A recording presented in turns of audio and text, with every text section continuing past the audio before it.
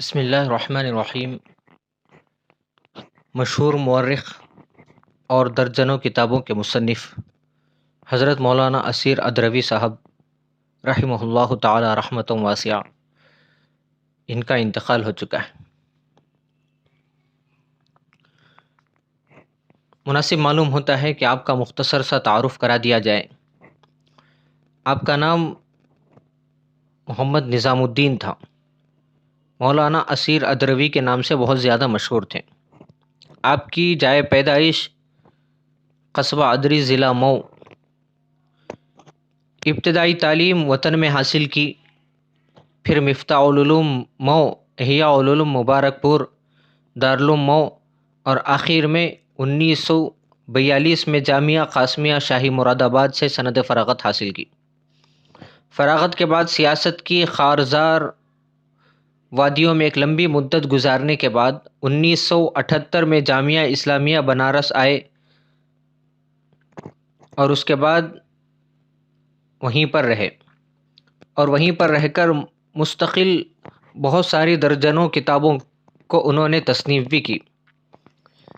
ان میں سے مشہور کتاب معاصر شیخ الاسلام، اور اس کے علاوہ کئی تاریخی کتابوں کے مصنف تھے، اور حضرت مولانا مرحوم مولانا محمد میاں دیوبندی اور مولانا اسماعیل سنبلی کے بڑے شاگردوں میں ان کا شمار ہوتا تھا۔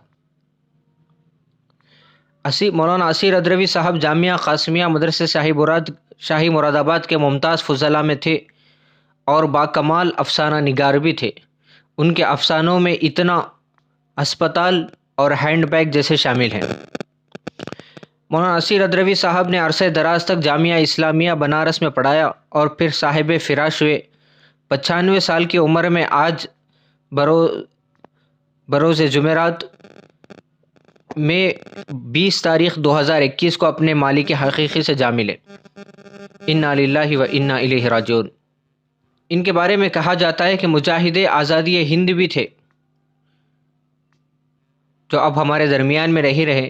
ان کی مشہور کتابیں تاریخ طبری کا تحقیقی جائزہ بہت ہی مشہور کتاب ہے، فن اسماء الرجال، کاروان رفتہ، مجاہد اسلام مولانا رحمۃ اللہ کیرانوی، مولانا امام الدین پنجابی، گلزار تعلیم، تبلیغی جماعت احیاء اسلام کی عالمگیر تحریک، عقیدہ توحید اور اس کے عملی تقاضے، جواہر حدیث، احادیث کے جواہر پارے، عورت اور اسلام، جنگ آزادی میں مسلمانوں کا حصہ، معجم رجال البخاری وغیرہ شامل تھے۔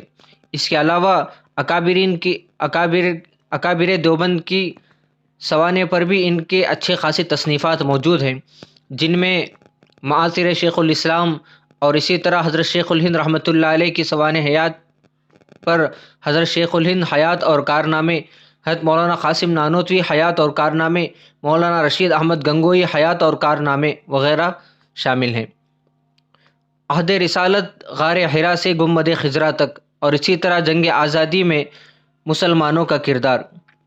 اور اس کے علاوہ ان کی ایک بہت مشہور کتاب دارالعلوم دیوبند احیاء اسلام کی عظیم تحریک، جو 1992 میں انہوں نے تحریر فرمائی تھی۔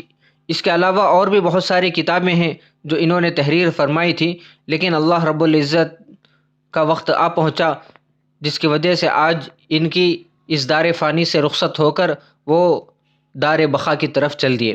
اللہ تبارک و تعالیٰ سے دعا کریں، اللہ تبارک و تعالیٰ ان کی بال بال مغفرت فرمائے، پسماندگان کو صبر جمیل عطا فرمائے، اور ان کی وفات سے جو امت میں خلا پیدا ہو گیا ہے، اللہ تبارک و تعالیٰ اس خلا کو پر فرمائے۔